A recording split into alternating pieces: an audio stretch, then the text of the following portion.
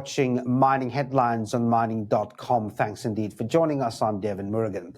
Canada is urging its allies to consider setting a price floor for critical minerals to counter China's influence. Natural Resources Minister Jonathan Wilkinson wants pricing support to be a key focus when Canada hosts the G7 summit in June. He says the move will help attract investment and protect labor and environmental standards.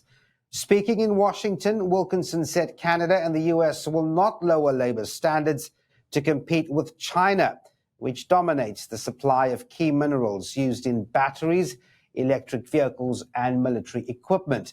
He suggested expanding the initiative to include countries like Australia, which has struggled with China's nickel dumping. The Biden administration in the United States has added 37 Chinese companies to its export ban list, accusing them of using forced labor in Xinjiang.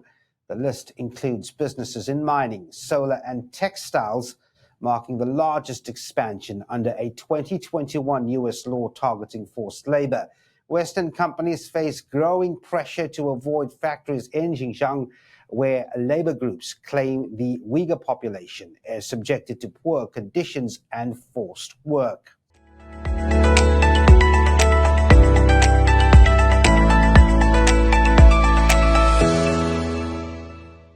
The world's top copper producer, Chile, is set to increase annual copper production to 6 million tons in 2027. By 2034, Chile projects that number will drop to 5.4 million, but will still represent a 5.6% increase from 2023 levels. Aging mines are expected to pose a significant challenge. Copper has risen 4% this year after falling last quarter on a strengthening dollar and China's largely ineffective efforts to revive growth. While Chile is expected to hold its spot as the world's top copper producer, state agency Colchilco forecast that 2034, by then, the nation will be followed by the Democratic Republic of Congo with a 13% market share and Peru with 10%.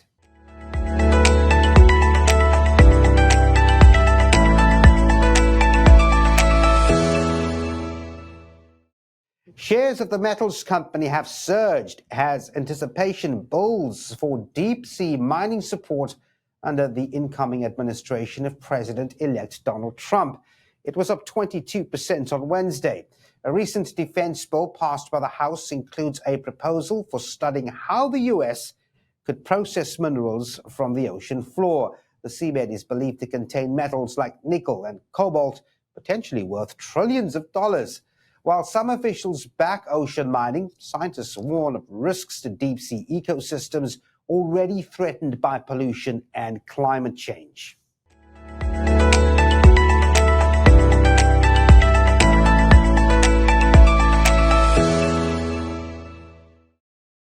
The European Commission is preparing to propose a ban on Russian primary aluminum imports.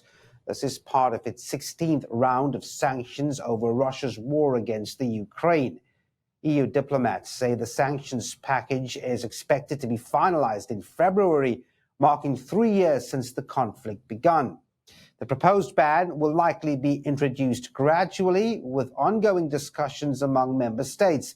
Currently, the EU has banned some aluminum products like wires and foil, which make up less than 15% of its imports. And that's where we'll leave your mining headlines for now.